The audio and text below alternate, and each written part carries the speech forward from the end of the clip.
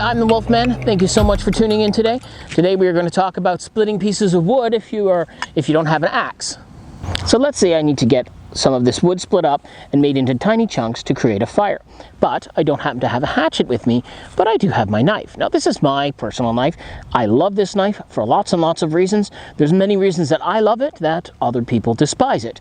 I love the square tanto tip. It's my favorite. I like that it has a nice flat back on it so I can put my hand on it and not get cut. I like that it has this finger guard here, right? And I love the leather handle. So there's a whole bunch of reasons I love this. It's totally okay if you don't like this. It's totally okay if it doesn't work for you, but it works well for me and all of our bushcraft courses. So let's start with a piece of wood. So we're going to take this piece of wood here. I guess we'll take this one, and you'll notice it does have a split in it, so I may as well use that split. So I'm going to put my knife in. Now when I put my knife in it like this, I want to ensure that I have at least 1/3 of my knife blade sticking out at the end right there.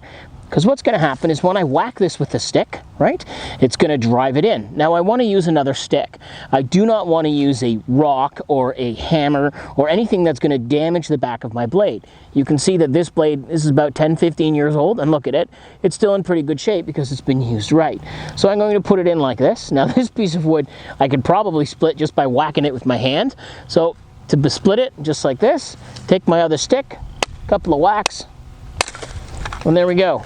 It's all split through, nice and small.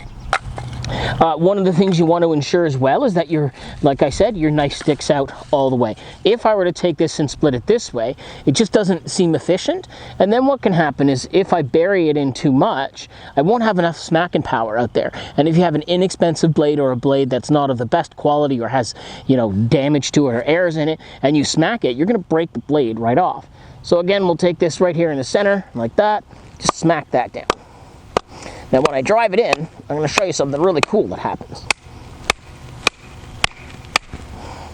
Now you'll notice, can you see that? Look at inside the blade. My blade has gone in there, and where's the crack? The crack is right there. So the blade has done this much extra work for me. Look at that, right to the bottom. All right, so that's less labor I need to do. So another couple of good whacks, and she's apart. I can do the same to this piece and just basically keep going.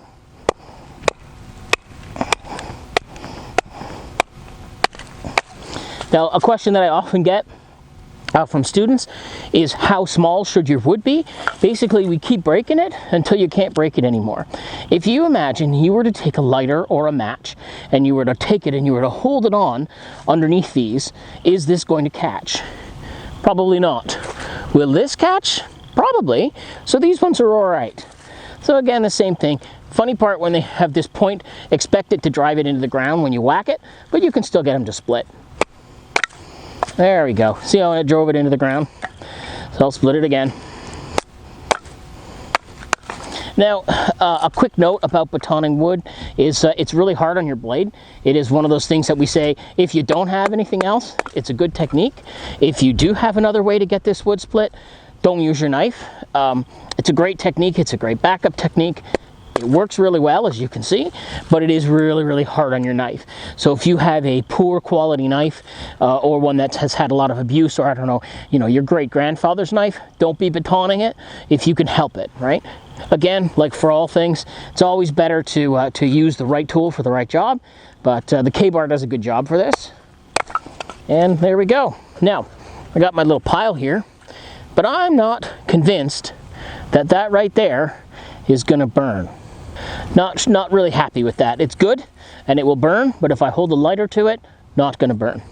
So I'm going to take another piece of wood. So I'll take this one just because it's here. All right, it's got that 90-degree edge on it right there. I'm going to put it down. I'm going to take my blade. Again, one of the reasons I really enjoy the K-bar blade is because I can put my thumb on the back. So I'm going to take my blade like this, right? And I'm just going to push. Now, if you got a nice sharp blade, look at that. It should just make these beautiful, beautiful little swirly things on the bottom. And I'll make a few. There we go. Don't worry if you're a new person at bushcraft and they all fall all over the place. That's all right. The trick is to make them. There. Now, for the ones that are remained on there, take a look at that. Can you see how those are all like curlicues? I'll pick some of these up off the ground here. Now, the problem is if the ground is wet and these get on the ground, what's going to happen, of course, they're going to get damp and they're not going to burn as nice. But take a look at that. See how they have that nice little, how they're all like curled at the end? See that? That means they're nice and thin. And even if they're a little bit damp, they're going to work really, really well.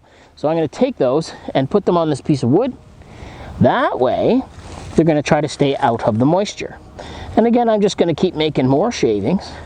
Now, what you'll notice that I take a 90 degrees, but as soon as I push here, it's going to flatten it all out, right? So what I do to combat that is I turn. Now I have a 90 degree and a 90 degree and a 90 degree and a 90 degree. And then I can get some beautiful, beautiful shavings coming off, just like that. And you know, don't worry about being perfect. You'll see all the people from the internet telling you how bad all of your shavings are. If they burn and they work, that's fantastic if you're a beginner. So that's kind of one of the things that you should kind of look for, right? Nice and curly like that. And that's that. I can peel that off if I want. Again, there's a process called a feather stick, but that's something we won't get into today. And there we have it. So the next step we're going to do, we're going to take these, actually create a fire with them. So our next step, we're actually going to get a little fire going here just because I like to play with fire a little bit. This is a very durable surface that we're working on. This is actually the edge of an old stone road that's fallen into disuse.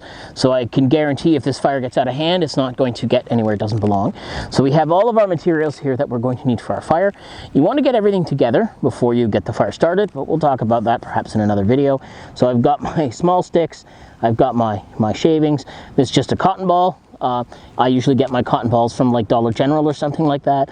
You know why? Because they're inexpensive. I don't like going to a drugstore and paying $6 or $7 for a bunch of cotton that I'm literally going to bring home and set fire. So I'm going to get my little thing going right there. This is just a ferrocerium rod, right? Just create spark it up.